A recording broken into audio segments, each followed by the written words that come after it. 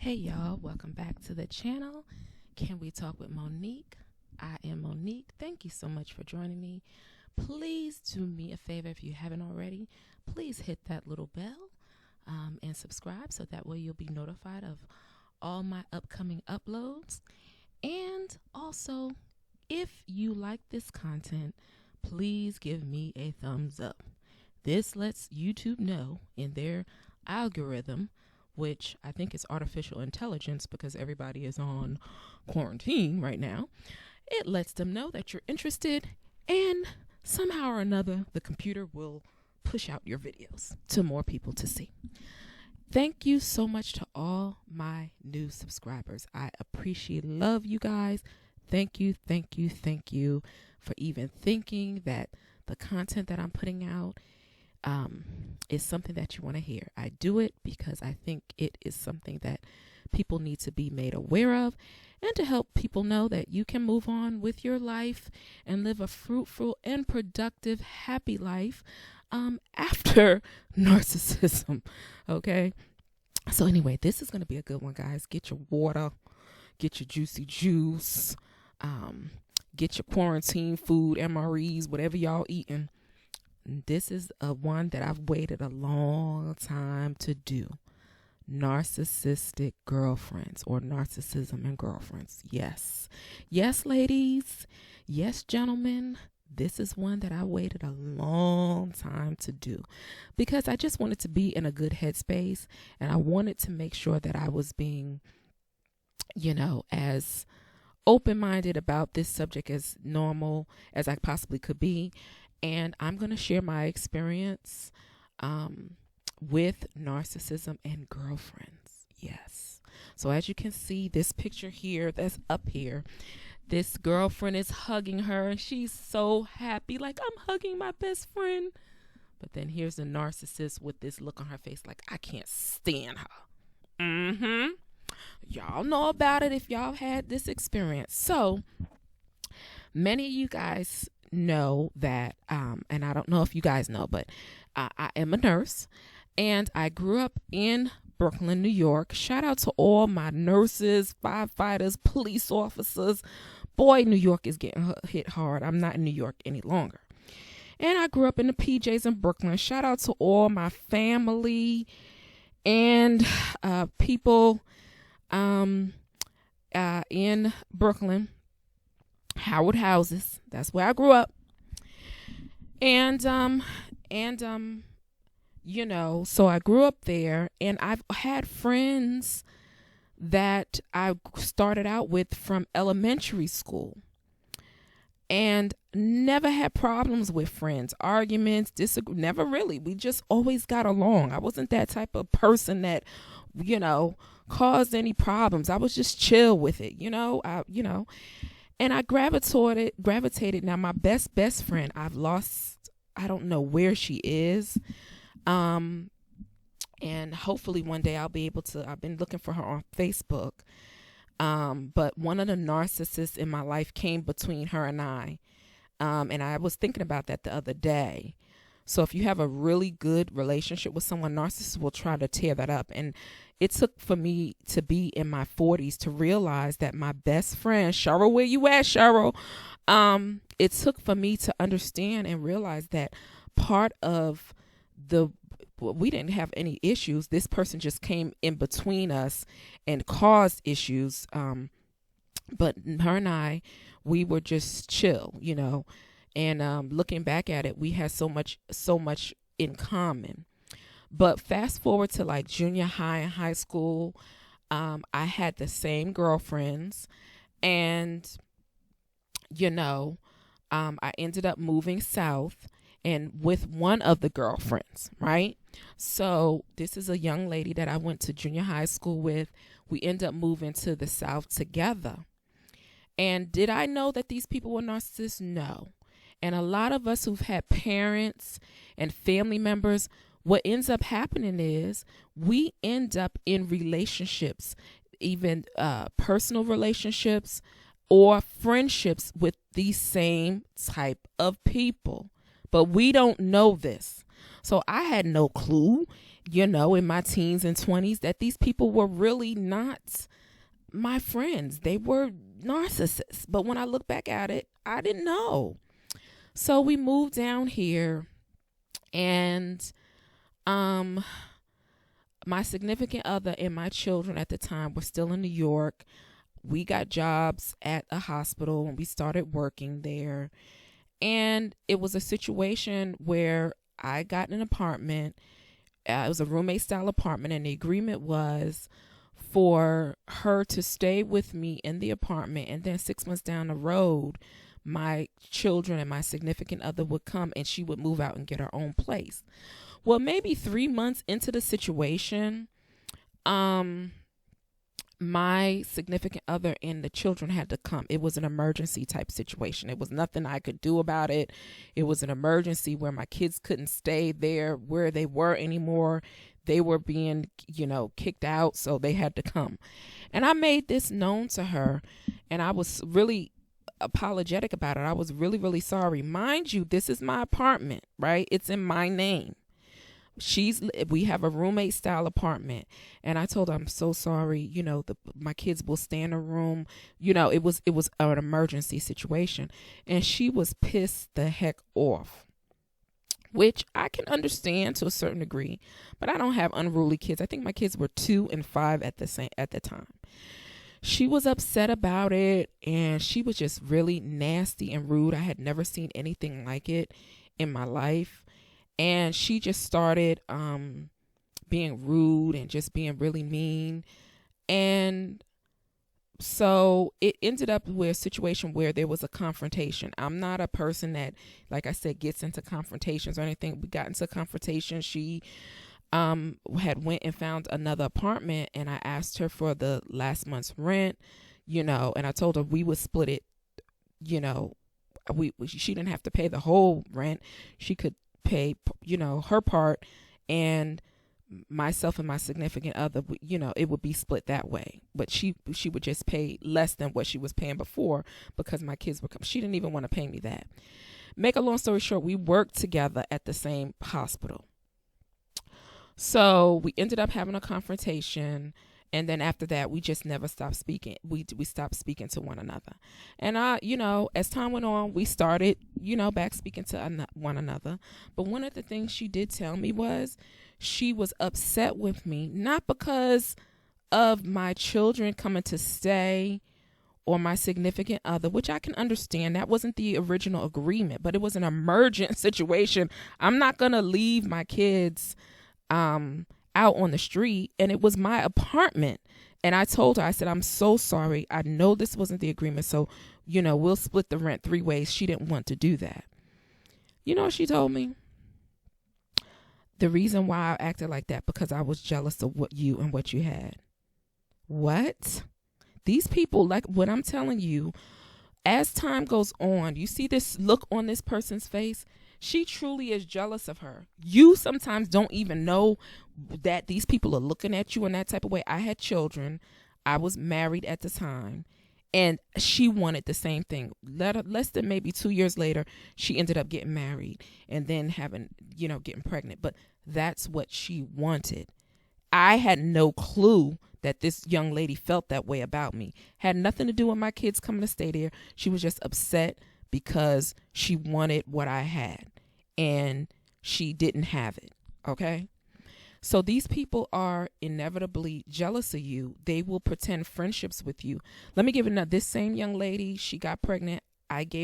Got past that whole situation, got pregnant. She got pregnant. I gave her a baby shower, set up the whole thing, bought the food, made stuff. Not all the food. Her family made some food, but, set it up, flowers, the whole 9, and supported her through. And on and off through the years, we remained friends. Now, I've always had, the rest of my girlfriends I've had through, I would say, from junior high school till almost recently. No issues, no problems. This young lady was the only one that her mask slipped, and she got really, really, I saw another side of this young lady. But even after that, I chopped it up to, no problem. Fast forward to about 3 years ago, one of my family members had an actual brain aneurysm. And thank you, Lord, she survived. Okay, because some people don't survive. So I'm talking to this young lady on the phone. She was trying to change jobs. We're both nurses, and I'm always there to help. Okay. And I was trying to assist her with getting a job in, away from more strenuous work to more, how could I put it? More stay at home, work from home type thing. And then her mom was not well and she needed some information about FMLA. And I'm trying to help her and giving her my books and, for her to study and XYZ. I'm trying to be the helpful friend. So my cousin, all of a sudden I had to travel back up to New York. My cousin, one of my family members, has this brain aneurysm and survives. And so I'm talking to my friend on the phone. I never forget, I'm in an Uber in New York, getting driven to the hospital. And I call her on the phone, my girlfriend. And somebody answers the phone and goes, you got the wrong number. And I'm like, I got the wrong number. I said, oh, okay, I'm sorry. I hang up the phone and I look at my cell phone. I'm like, the name and the number is the number that I just called. How could I have the wrong number? So I said to myself, that's strange. I pressed the name again of my friend and called back. And I'm like, hello? And I go, this is so-and-so. Who is this? I said, and then she was like using like a baby voice. And I was like, hello? And I was like, is this so-and-so? And she was like, yes, it is. I was like, so why you said that I had the wrong number? Why would you do that? What's wrong with you? Oh, I just feel like you're just acting real funny. What are you talking about? I said, how am I acting real funny? Well, and she told me that it wasn't her. So it was like she was telling a story. It didn't even make sense. Like, you're acting funny. I said, are you serious? I said, I'm in a taxi cab going to a hospital.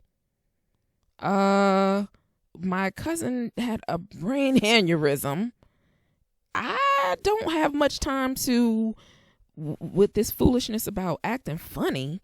I told her, I don't even know what you're talking about. I said, I'm in a taxi cab going to the hospital on Long Island City, and my cousin's in the hospital. I don't know if she believed it, but it's like these people want to have the attention on them all the time. And I felt in my gut at that time, I was like, this girl is horrible. I said, because how could you even be talking about, it was that I wasn't paying her. She said I was acting funny. I wasn't giving her my undivided attention anymore. And so after that, I knew something was I knew that something was wrong.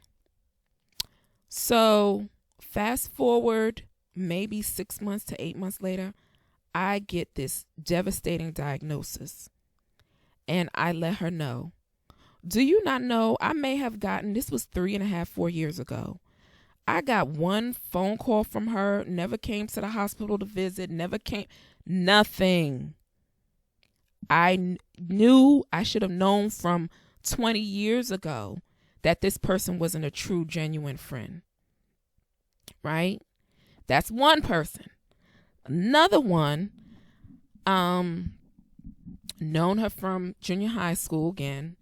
And like I said, 3.5 years ago, always been supportive. We've never had any issues, Christmas cards, calling each other. Actually, I started looking. I was always the one calling her. She never called me. So I stopped doing that. I was like, you know what? As time went on, I started realizing that the people that I was around, they called me when they wanted something and or when, it was convenient for them. But typically when they wanted something. So I get this devastating diagnosis, and I think she might have called me one time, maybe twice in 3.5 years. So I think she sent me a Christmas card, and I got a text on my birthday this year. But as time went on, I started realizing the type of friend that I am, If any of those two young ladies, first of all, if it was the other way around with the first young lady, that we got an apartment together and she was like, oh my God, it's an emergency, my kids have to come, I would have been like, okay, sure. This is out of your control. You didn't plan this. This is an emergent situation that they had to come. I would have never been sitting there envious of someone because they were married or had something that they had. That's just not me. But it goes to show you that a lot of narcissists, especially the women, they are so cutthroat and evil, it's not even funny. Now, this other young lady that I'm talking about, very successful, but selfish in my eyesight, because she said to me, I have this diagnosis, I would have been there from A to Z, calling her for support. This is just the type of person I am. Calling her for support, following up with her, making sure she's okay. And if I could be there for the surgery or to come to visit her to see how she was doing, I would have done that. That's who I am. That's who the empaths are. These other people, you've realized, I didn't realize who they really were until I really either needed them or thought I could count on them, but nothing.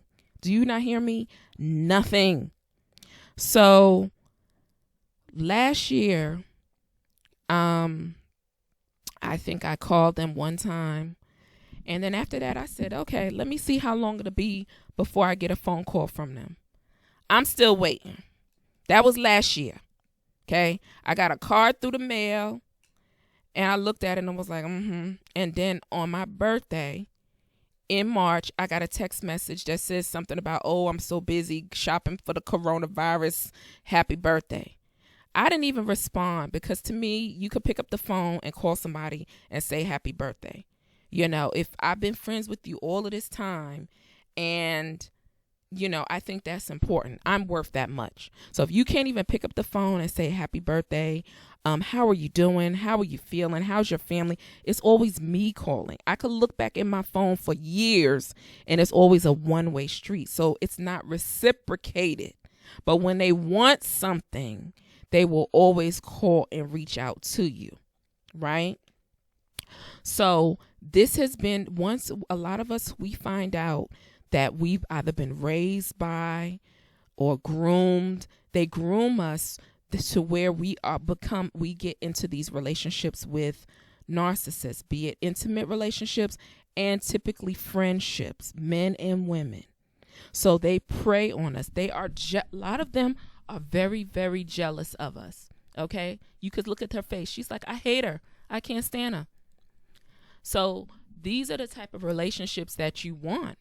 A person where it's reciprocated. And we call relationships with narcissists situationships because it's not reciprocated. It's not a two-way street.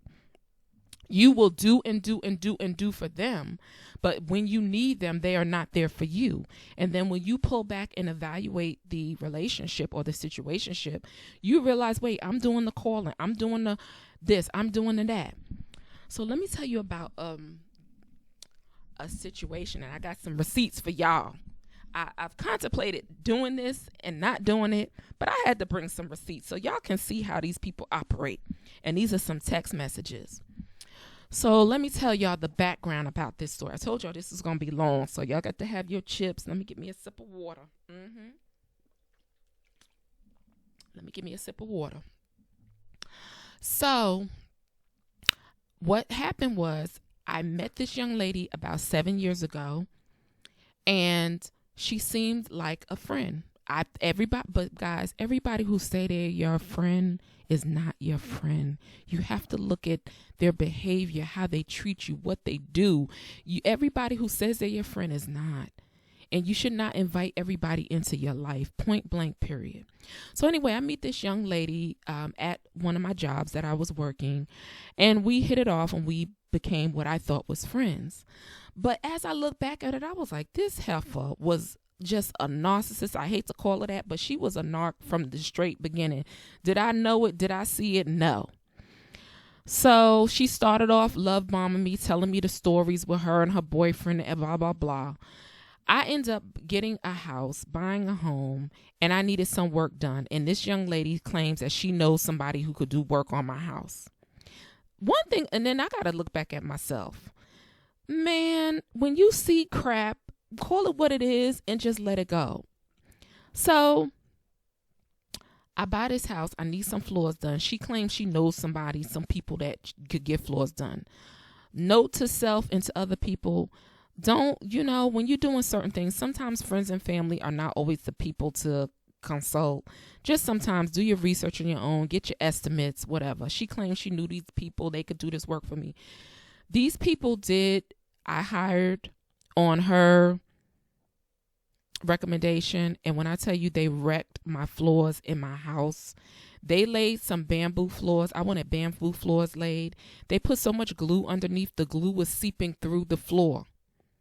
The glue was coming up through the cracks in the floor. It was horrible. I was sticking to the floor. That's how bad it was. I had to end up hiring somebody to lift those floors up, scrape all of that glue off, and relay my floors. I paid twice. This was at the recommendation of her. But at that time, I didn't really say anything because I had gotten this devastating diagnosis, right? So I had to focus on my health and getting better. So I really didn't say too much to her about it, right? Because I was like, look, these are the people she recommended. They made a mistake. I can't blame her. So another piece of property I had a flood. And the insurance company gave me money to get the floors fixed. Don't ask me why she mentioned that she had some people that were doing such good work at her house, new set of people, and that they could do work for me. And I was like, okay, well, shoot, since they're doing such good work for you, let them come and do the work for me. I'm thinking it's a whole new set of people, whole new set of circumstances. This is 3 years later. The same thing can't happen possibly. Hunty. This was wood floors again. And again, always do your due diligence. I have to blame myself for some of this. Always do your due diligence. I ended up hiring the people that she recommended. Oh, they do. She sent me pictures of her floors, and they look good to me. I was like, wow, they did a good job. Hire these people. They come into now I'm in a hotel because all the floors had to be pulled up. These are hardwood floors. And I wanted them to do some extra work for me. So we're in a hotel, my son and I, and we get back to the house, and we go to check on the house every day to see what kind of, progress they're making.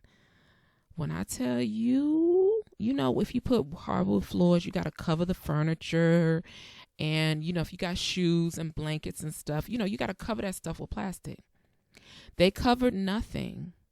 And guess what else they did? They took all of my son's furniture, his bed, his Xbox, his TV, his electronics, and put them on the deck. And it rained.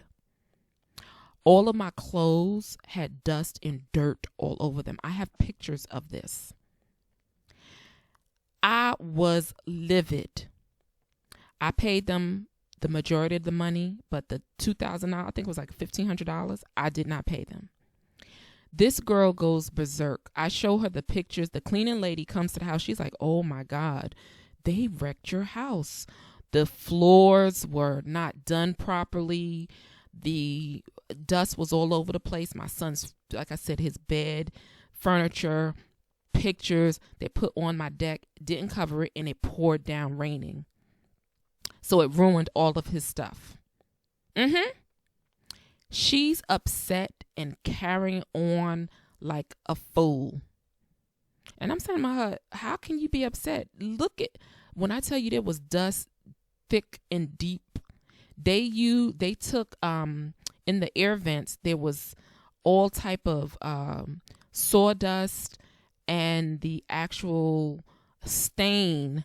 I wanted the floor stained black, the hardwoods with that pretty black stain.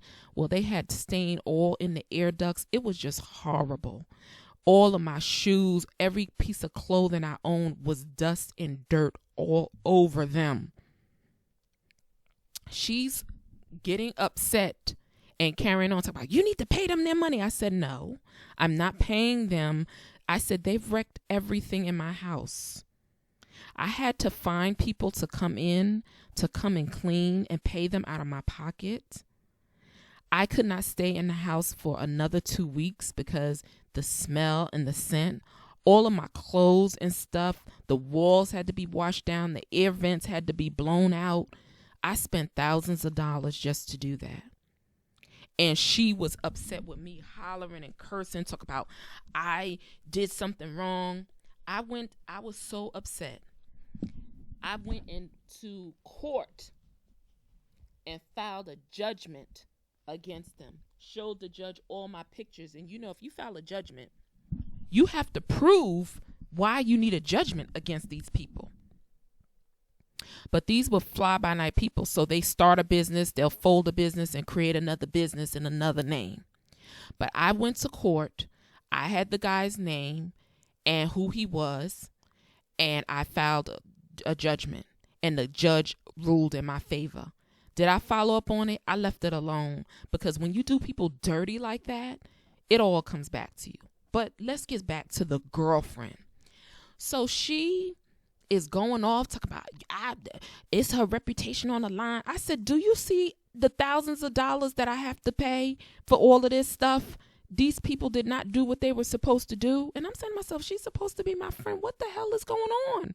This is the time that I'm starting to wake up, guys, as to what narcissism is, learning about it. Because I'm like, this is just, she's supposed, and even the cleaning lady comes and goes, I don't understand. She's supposed to be your friend. Why isn't she doesn't see all of the stuff that, look at your house. They demolished your home.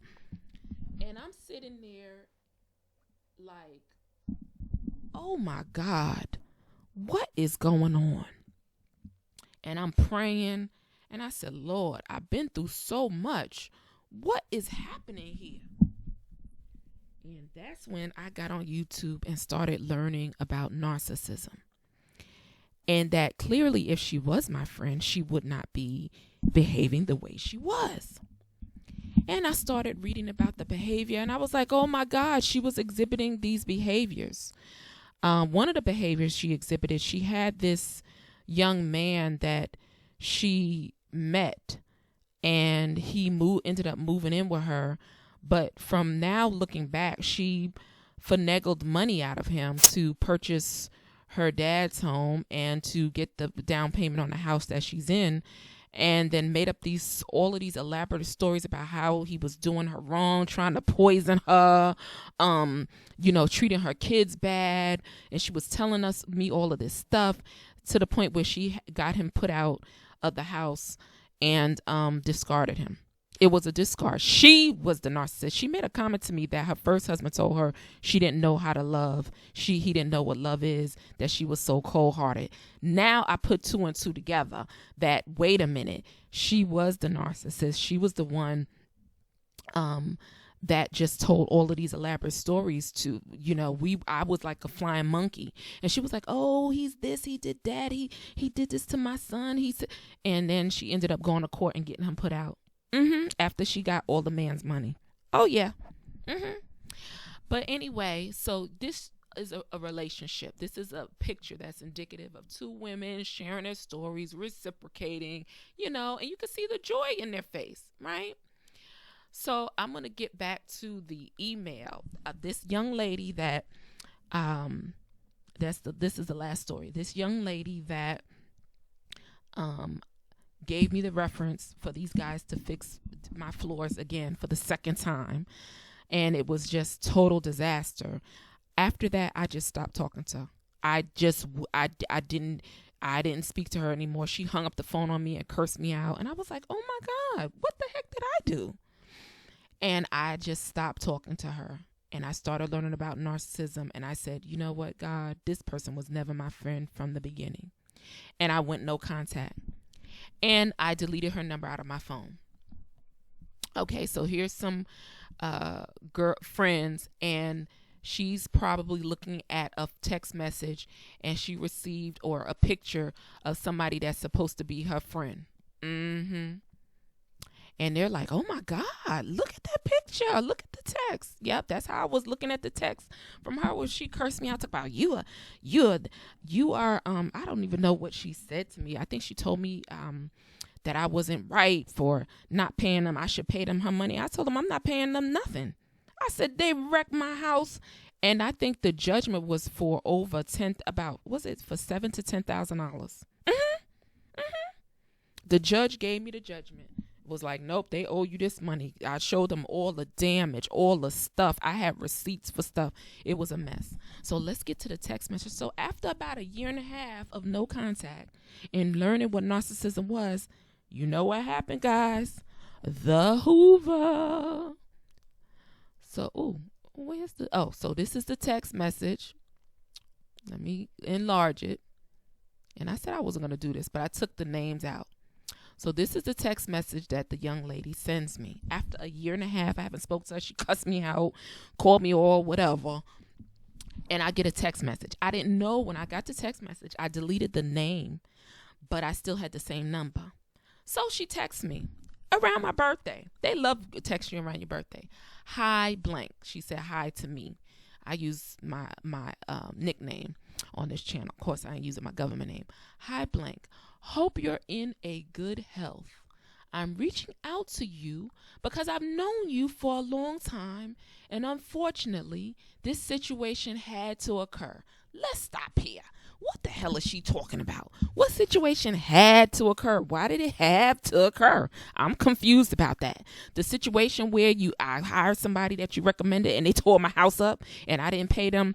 I think they did my floors, and I think it was a difference of $1,500 to $1,800 that I did not pay them. Yeah, they put my son's mattress, dude, guys, on the deck. I got pictures. Actually, I need to upload them pictures so y'all can see, because I had to provide those pictures to the judge so he could see. They didn't put like a tarp over it. They just put it out there, and I guess they forgot. I don't know, but they put the stuff out there. It was his mattress, his PlayStation, his games, all of this stuff. Anyway, but she's basically saying it had to happen, that you stopped being my friend and started cursing me out because I didn't pay them the money. It had to happen. You see the gaslighting going on here? Okay. I've joined, here we go with the religion. That's what I'm telling y'all. I've joined a great church and currently in a small woman group, and it made me think about you. Wow. So you joined a new church. You didn't think about me after you cussed me out because I said I'm not paying these people their money because they wrecked my house and they wrecked everything else. You thought about me when you joined a new church. It's interesting. 1.5 years, you ain't think about me then, but you thought about me when you joined this women's group at your church. Basically, you thought I was a sucker. That's what you thought. We are helping each other to love themselves, accept themselves, and have sisterly love, child. Please. Do you see the... Look, guys, I cannot make this stuff up. I had to get the text message off my phone and learn how to send it to myself so I could enlarge it so y'all can see. So she's in this new church group, and they learning how to love themselves and to accept themselves and have sisterly love.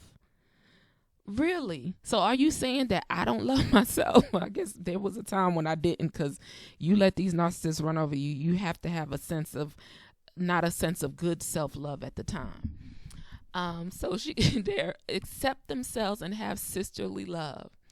I'm doing well. My situation still not resolved, but it was during this time I really got to know my Heavenly Father and really understand purpose and the true reason for his death. Lord, why you got to bring God into this situation right here? Now, if she was being sincere, guys, I would understand. But she wasn't, and let me tell you why. The part where she said her situation still wasn't resolved, I'm going to say this to y'all. God don't like ugly. You know those guys that she cursed me out about the second time around that wrecked my house? Well, those same guys that it looked like they did good work, they wrecked her house too. They wrecked it so much to the point where they disturbed her foundation, and she had to get an engineer to come and try to boost her house back up or to keep it from falling down. How about those apples? So you see, God don't like ugly. Okay, so that's why she's saying in this email, I really got to know my Heavenly Father and understand His purpose. But she said her situation is still not resolved because she was going back and forth, with trying to get it resolved, and her insurance company would not pay because they said that it was negligence or something.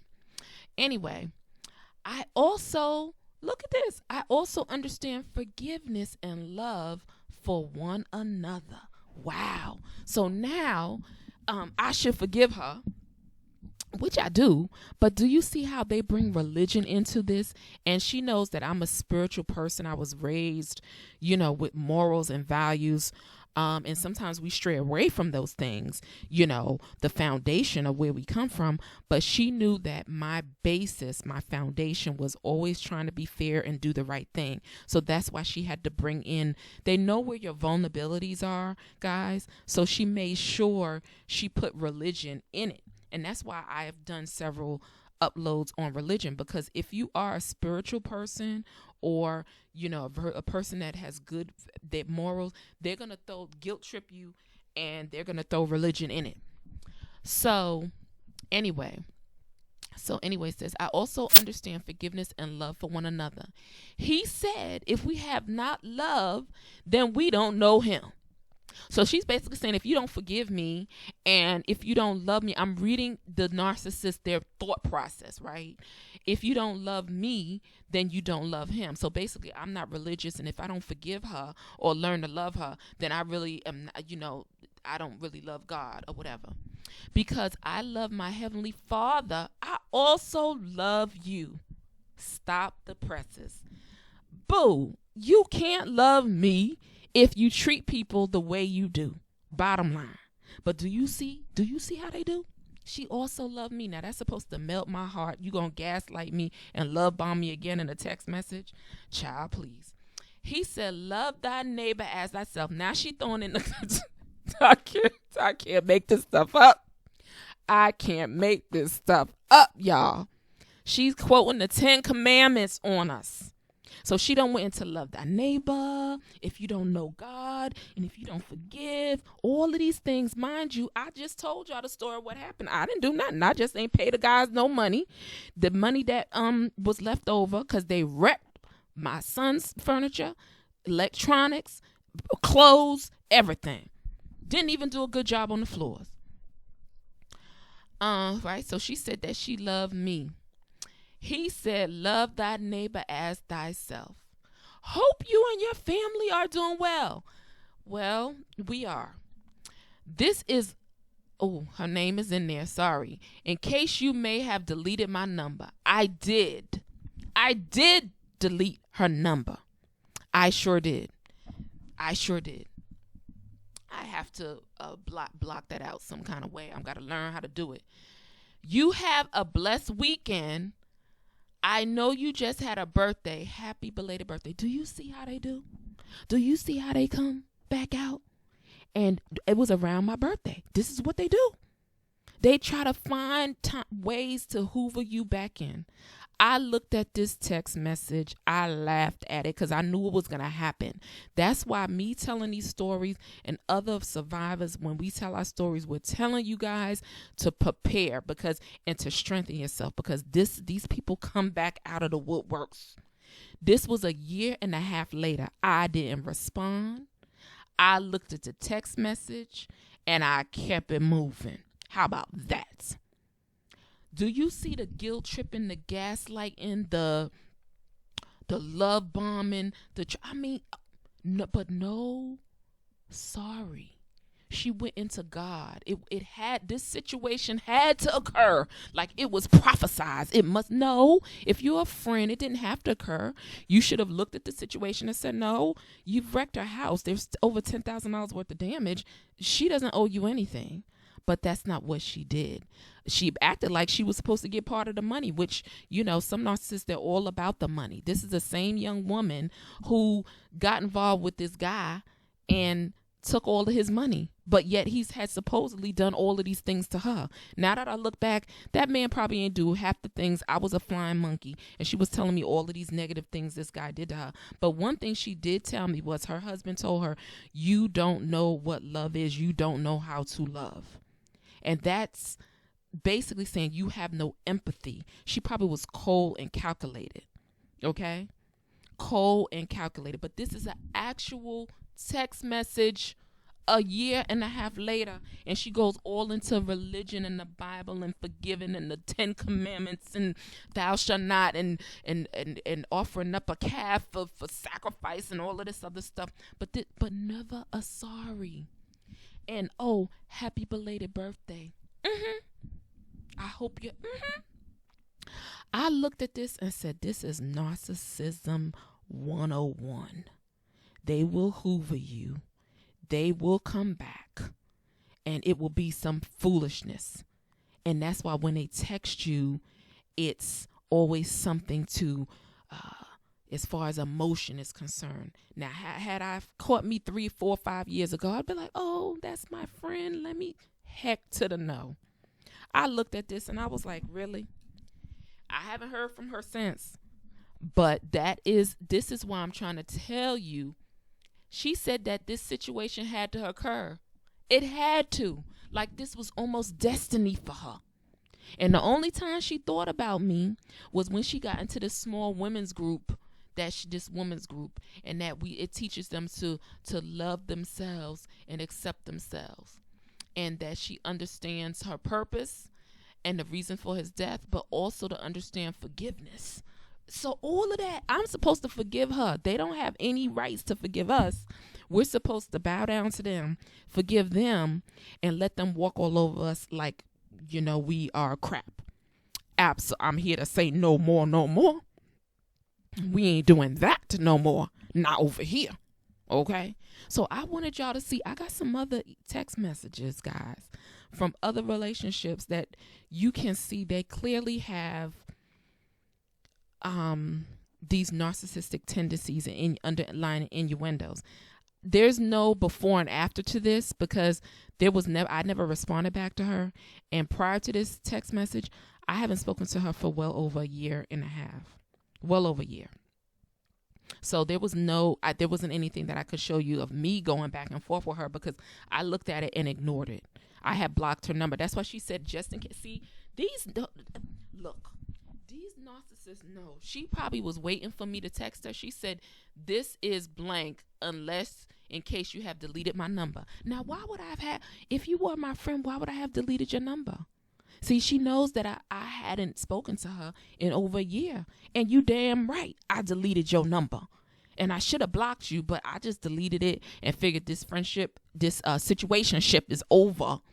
And she probably was supposed to get a piece of that money from the money that I was supposed to pay them. But then they jacked up a house too. You see how God don't like ugly? So yes, narcissists, they do get their karma. Don't even worry about it. They do get it. You may not see it. You may not be around for them to see it, but they do get it. And narcissists are not just men. They're women too. So that's one situation. But I just wanted to show you that email that's me. So let's look at this friendship. This is a graph of friendship, right? And let me put my glasses on because I told y'all this is going to be a long one. Hold on 1 minute. Let me put my glasses on. So, high friendship enjoyability. And this is the 4 boxes here. And I saw this little graph and I thought this was really good as far as friendships or even girlfriends. Okay, so if your friendship is healthy but not enjoyable, that's a problem. It's problematic, right? But I don't know how your friendship could be healthy but not enjoyable. I don't know. Okay, not healthy, not enjoyable. Come on. They're on the low friendship health. Okay, and this is the high friendship health, right? I don't know who came up with this graph, but I thought it was cute. Healthy but not enjoyable. That's still problematic, right? Healthy and enjoyable, ideal. So let's look at this high friendship health. Let's look at what the low ones are And then let's go to the positive, because this is where the narcissists and the toxic people hang out on the low end. So low friendship health, negative vibe, disdain, generally toxic, lopsided. See, there's no reciprocal. Power dynamic, they want to rule over you, manipulate you, secretly rooting against each other. Well, no, typically it's one way with the narcissist, right? More enemy than friend. So that's that low vibrational people. They on that vibe. So here's the other one, low friendship enjoyability, awkward and forced, fake. See? That's what narcissists are, fake. Boring. They always are bored anyway. Feels like a chore. It's not like genuine. Sustaining force, inertia, or you feel obligated. And a lot of us have felt that way. Like after a while, it's like, oh my God, this is a no. And just look here at the highs. Let's go to the positive ones. High friendship enjoyability. Comfortable and natural. Fun, stimulating, laughy. You know, it's just like you can just share, be authentic. It flows. In the beginning, you thought it was like that with these people. But then as time goes on, it goes from you thinking this, because they're faking. See, they're fake. So you're thinking you got a friendship, but then it ends up being here. Trust and believe. These people are master manipulators. Okay, so then on the other side, high friendship health, it should be here. Positive vibe. Lots of trust. You trust the people. Because after a while, you don't trust them daggone mofos, narcissists. They will back. Child, please. Lots of trust, equal power, dynamic, equal priority. You're both a priority. You reciprocate, supportive, genuinely rooting for each other. This is where you want to be with the friendship. If y'all want this graph, let me know. It's called a friendship graph. Don't ask me who made it. I got it off a line somewhere. So this is what this friendship should be like. Flowing, supportive, trust. It should not be, oh boy, that's me. Hold on. It should not be here. Awkward, forced, fake. See, they're fake. That's not us. That's them. These are the narcissists. They're down here. Negative vibe. They have disdain for you. They don't like you. Toxic. Lopsided. There's no reciprocal going on. They don't root for you. They don't help you. They're more of an enemy than a friend. Okay, guys? So this is where we want to be. But we sure don't want to be with her. Because she right there, she's about to stab you in your back. And if you need something, or you see, my thing is, all of my stuff came out after I had that illness. In the beginning, you know, my life and through the middle part of my life, you know, I'm so, you know, sufficient and doing what I need to do and always giving people the benefit of doubt and always, you know, rationalizing people's behavior. Now I take your behavior for whatever it is that you show me. If you show me that you're a fool, I believe you're a fool. If you show me that you don't care, I believe you don't care. I don't rationalize it. Oh, they're having a bad day, or oh, you know, they were raised as a, you know, had a hard childhood. I don't give a damn. The way you show me who you are, that's what I believe, and that's it. I don't rationalize anything. It's plain and simple. You treat me well, I treat you well. You don't treat me well, I don't bother with you. Right? You reciprocate, I reciprocate. It's a back and forth type of thing. But if you show me that you're an asshole, if you show me that you're a fool, then I don't deal with you. Excuse my French. I don't deal with you. Because at this point in time, guys, it's life or death situations going on here. You know, so this heifer ended up getting upset with me and then had the nerve to text me a year and a half later with some buffoonery nonsense like that. Can you believe that? This is the type of stuff they do. And if you're weak at a weak point and you really are, you know, had a good relationship, or you thought you had a relationship with this person, you might just double back and start being friends with them. But that would be a no-no, because these people are wicked. They show their colors. She showed her colors. She thought, she knew my vulnerability was religion. It was around my birthday time. So this is what they do. And I looked at it and she was like, and she knew she was wrong, because if you had done nothing wrong, you'd be like, hey, how you doing? Just checking up on you. You wouldn't have to say, well, this had to happen. And you didn't have to put in, well, this is so-and-so just in case you deleted my number. Well, why would I have deleted your number if you didn't do anything? You see? So they tell on themselves. Yes, I deleted your damn number. Yes, I don't want anything to do with you. I don't want demons and liars and people who have disdain and hate for me. I don't need them around me. So, guys, if you have girlfriends that are like this and you have a sense that they are, kind of back up from them. See who is maintaining, because most of the girlfriends I've had, I've maintained a relationship over the years. I did the calling, the birthday calling, the texting, the rooting. They're sick, I'm rooting for them, sending them stuff, giving them recipes. Or then when I back off from it, and then you'll see how the relationship goes. And that has been, unfortunately, the way my relationships have gone. And this, like I said, I was a friend to these people for well over 30 years. And it got to the point where when I was faced and challenged with a really bad health crisis, I started to realize who was really there for me. And all of these people were users and manipulators. Now, that other young lady who, when my cousin had the aneurysm, she just was upset because I was not paying her any attention. Have I heard from her since my situation with my health? No. These people are wicked, y'all. Okay? They care nothing about you. They have no empathy. If you cannot serve a purpose for them, they will go find another source of supply. And that means girlfriends too. They may not utilize you in the way a woman would with a man and a man with a woman if they're narcissists. But girlfriends, they use you in a different way. They use you in a different way. They really, really do. And I have another story about a narcissistic girlfriend, but this is a long one here. So I'm just gonna cut this off, and I'll have a part 2 because I have a part 2, definitely a part 2 to this. But like I said, I'm coming with receipts, y'all. So y'all won't be thinking that I'm just making this stuff up. I'm going to come with the receipts because so y'all can see these emails and these text messages, and I have to blur out the names and stuff like that.